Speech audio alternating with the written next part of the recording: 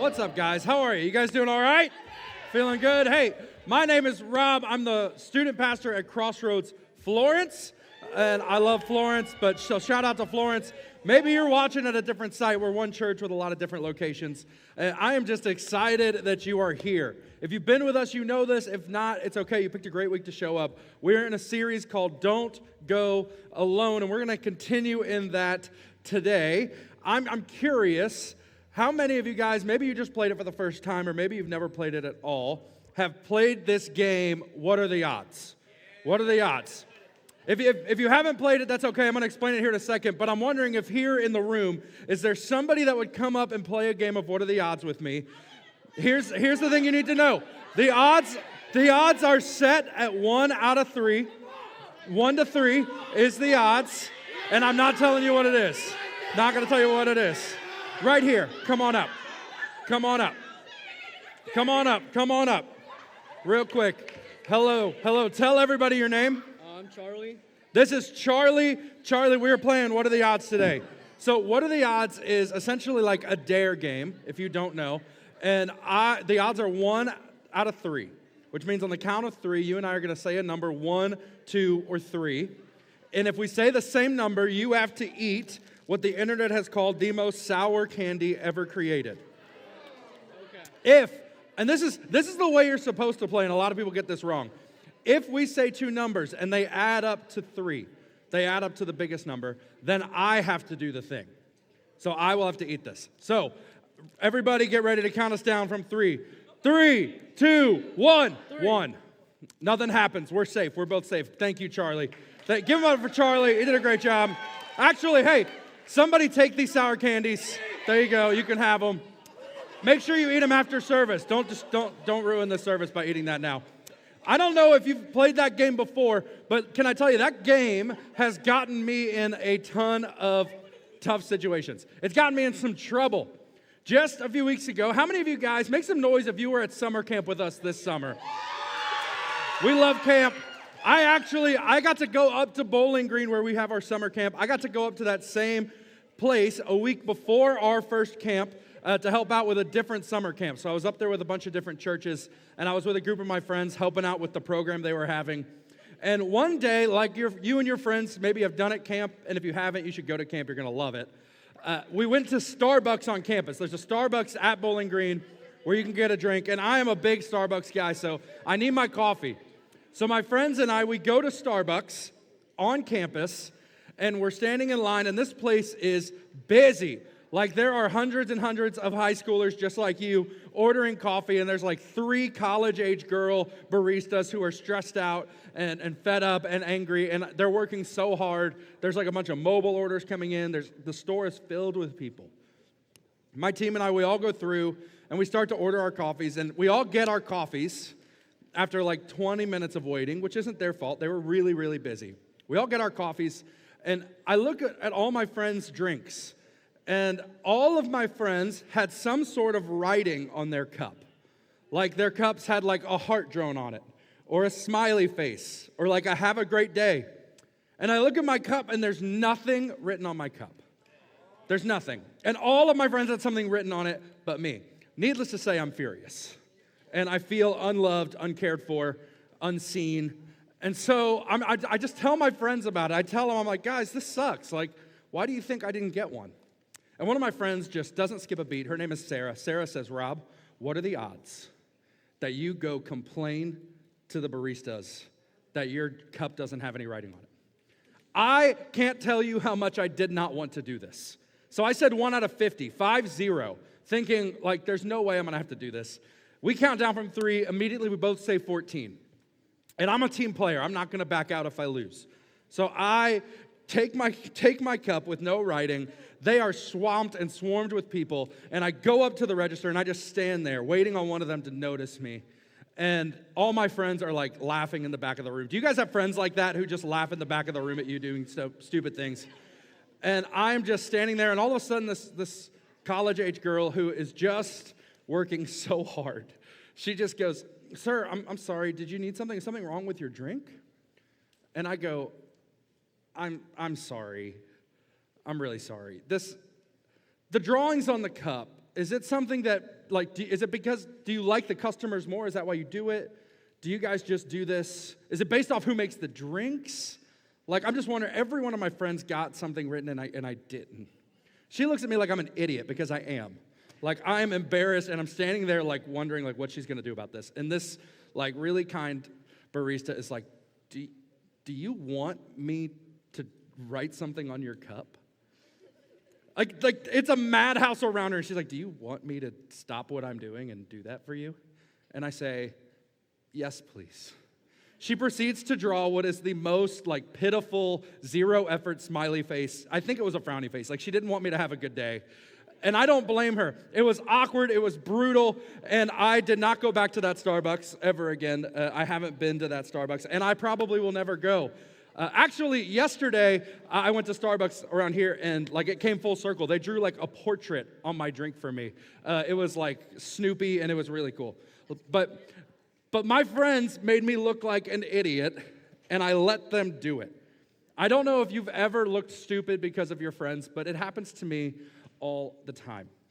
Tonight we are talking all about friendship. We're talking all about the people in our lives who egg us on, encourage us, or maybe they're leading you somewhere else that you didn't want to be. If you're new around here, let me tell you something we believe. We believe that the Bible is our source of truth, which means if it is written in the Bible, if it's a story or a person or whatever, we believe that it's valuable not just as something that happened, really, but we believe it's valuable for you and me, and it's important. So there's a story, if you go, the Bible's broken up into two testaments. There's the Old Testament, there's the New Testament. And in the Old Testament, in the book of 1 Kings, in chapter 12, there is this story about a guy that I think we can learn a lot from tonight. So let me set the stage a little bit. The nation of Israel is God's kingdom. And they needed a king, and so God placed a king named Solomon over the people of Israel.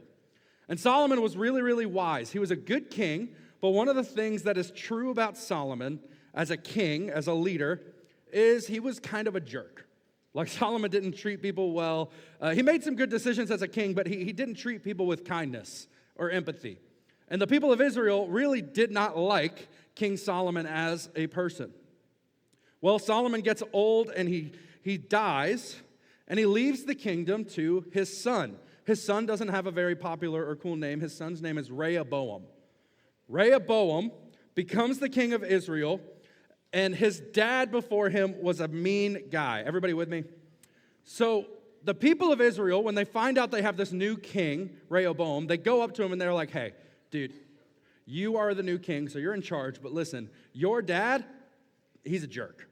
Like, we didn't like him. He treated us poorly. He made things really difficult for us.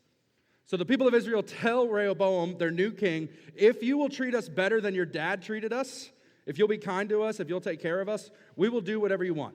Like, we'll take care of you, we'll follow you, we'll help make Israel a great nation, and God's kingdom will grow. Well, Rehoboam doesn't really know what to do, so he does something that I think is really smart. He starts to ask people for advice. The first group that he goes to is a group of people who used to tell the king like what he should do, to his advisors. And they're actually a group of people called prophets. And a prophet was somebody that would talk to God and then tell other people what God wanted for them. So Rehoboam goes to these individuals and he's like, they want me to be nice to them, and they want me to be nicer than my dad was. What should I do? And they're like, do as they say. Be really nice to the people of Israel. You want them to follow you, you should be kind. You should lead them well. Do what they're asking you to do. It's not a big ask. Just be nicer than your dad was. And so Rehoboam leaves that group. And then he does something that I think a lot of us do or have done in our lives. He goes away from that group of really smart, wise people, and he goes to his bros. He goes to his best friends, his ride or dies, the people he grew up with. And he sits all of his friends down, his best friends, and he's like, guys, here's the deal. They want me to be nice. What do you think I should do? And they're like, dude, this is your moment to prove that you are the king, that you are in charge, and that your way is the right way. You should be way more strict than your dad was. You should treat them worse. You should be more mean. You should be more aggressive. You are the leader. You are the king. You need to prove to them that you are the one in charge. Well, Rehoboam likes that answer a whole lot more, so he goes to the people of Israel. He goes to the people who now call him king. And it says this in chapter 12, verse 13. It says, the king Rehoboam, he answered the people of Israel harshly. Rejecting the advice given to him by elders, he followed the advice of the young men. And he said, my father made your yoke. He made things really hard on you. He made it heavy. I will make it even heavier. So he doesn't follow the advice of the prophets. He follows the advice of his closest friends. And the people of Israel, they respond in the way that they said they would. They said, if you don't treat us well, we're not going to follow you. So Rehoboam is the king that God put in charge of his kingdom. Israel is God's kingdom, and Rehoboam is in charge of God's kingdom. And once Rehoboam makes the wrong decision and he follows the advice of his friends and not God, Israel, the Israelites, the people who follow him, they didn't just leave and go home. They left and went to a different place in Israel, and it became two nations. God's kingdom was cut in half. Was cut in half because he chose to listen to the wrong group of people. He went with the advice that he liked. He went with the group of people that made him feel good instead of challenge him. He didn't listen to God, and in turn, he started to look less and less like God wanted him to look. Your friends, the people in your life, the ones you listen to, in a world where everybody is trying to tell you something that is true, the people you listen to in the really good and the really hard moments, they are shaping you into the person that you are becoming. And the reality is this: you are either becoming more like Jesus or you are becoming less like Jesus, and your friendships are directly connected to this. When you become more like Jesus, you become somebody who is more joyful, more patient, you become more kind, you experience gentleness in your life and peace that maybe you've never experienced before. When you're somebody who's not looking more like God, your life looks more chaotic, harsh. You experience shame and guilt for the things that you have done. You walk around in depression and anxiety and worry. These are the things that life looks like when you're farther from God. And your friendships lead to those things, and they affect those things. So maybe you are not causing an actual country to split in half when you don't listen to your friends. But to say yes to bad friendships, to follow bad advice, to do that, you have to say no to good friendships. And you could be dividing and tearing up your opportunity to be surrounded by good people by hanging out and listening to losers. Hanging out and listening to people who have no interest in you becoming better. You're saying no to good friendships. And maybe that is an area of your life that you have to build back because you've said no to it. The person you want to be. Maybe you don't know what it's like to follow Jesus and this is new to you. And when I say you need to become more like Jesus, you don't know what that means. But I think all of us, for the most part, we want to be better people tomorrow than we were yesterday. Like no matter what you believe. But when you surround yourself with people who don't care about you, with people who will hype you up but not call you to something higher, you are jeopardizing your character. You're saying, I don't actually care about the person that I'm becoming. I care more about being liked. I care more about what my friends think of me. And honestly, you're tearing up your future. Things are going to be easier for you if you surround yourself with wisdom than if you surround yourself with stupidity. And you are risking your future decisions, your future life. This is a big deal. And the stakes are high for you to have good people in your life. And I don't know exactly what your friendships look like, but you have to ask yourself two really hard questions. The first one is, are my friends making me more like Jesus or less like Jesus? Because there is no in between. Your friendships are doing one of those two things. You're being more like him or less like him. But you also have to ask yourself that question about yourself. Am I being a friend that is leading people to become more like Jesus, or am I leading my friends to become less like God? When I was in high school, I was going into my freshman year of high school, and it was the summer right before we started school, right about this time, actually, just longer ago. And I had this group of friends that I've been hanging out with forever. Like, they were like my best friends. I'm still good friends with a lot of them. And there was this one day where it was like a Saturday, and they all got together and hung out. And I didn't even know about it until Monday. Like, they just didn't invite me. They didn't bring me into it. And so I go to my friends, I'm like, what did I do? Like, did I upset you? Did I do something wrong? Why are you mad at me?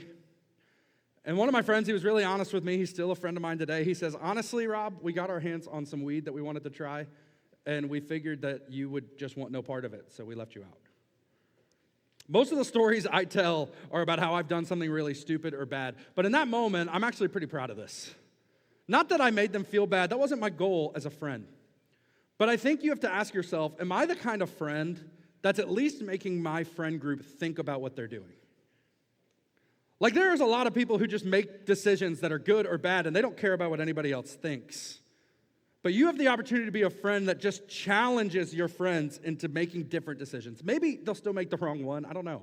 My friends did that day. But honestly, I was really thankful that I at least made them stop and think about what they were doing.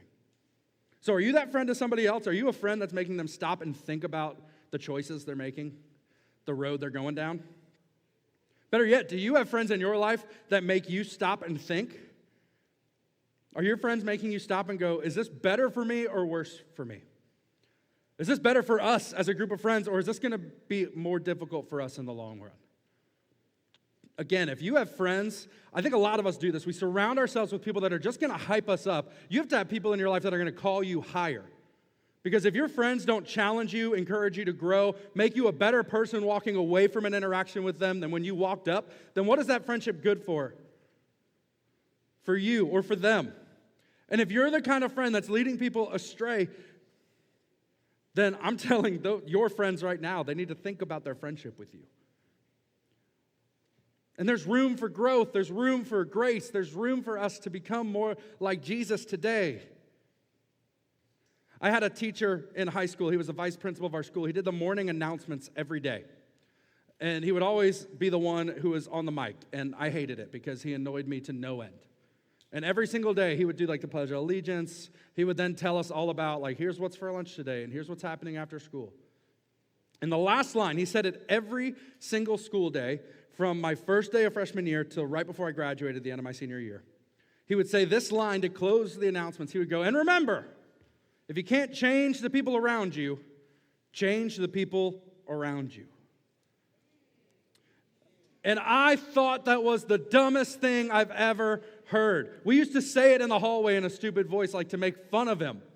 Like it was annoying, and he said it every single day. And it wasn't until years later that I realized I was somebody that I didn't want to be, and a lot of it had to do with me caring too much about the people around me. What do the people around me want me to be like? Because that's the version of Rob I will be to them. I was like that. And when I am with an unhealthy group of people, I start to look less like Jesus and more like myself. I start to look more selfish. I start to make more horrible decisions for my life. I start to drink and do things I shouldn't do in excess. I start to lose the part of myself that I think God loves the most and I should love the most.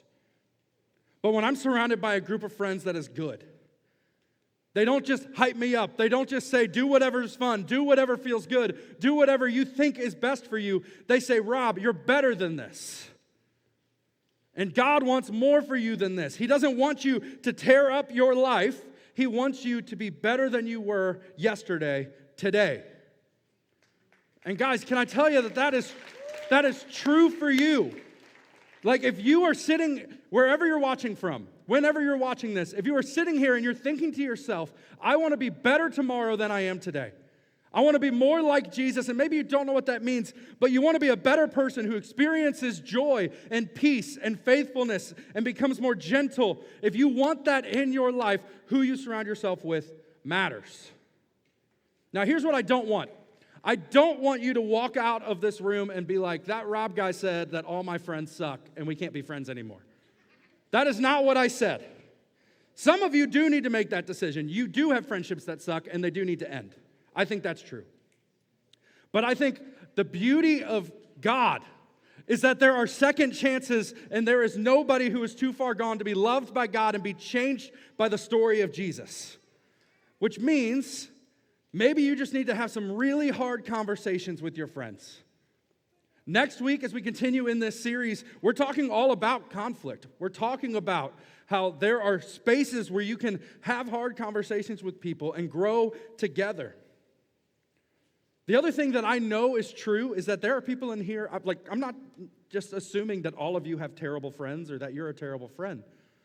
There are some groups of people in here and some individuals in here that are wonderful friends, that are powerful friends, that call your friends higher and don't just hype them up. You hold each other accountable to the people you say you want to be.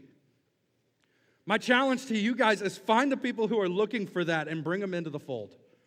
Find the people who are here. Here's the truth, and I say this unapologetically in full transparency.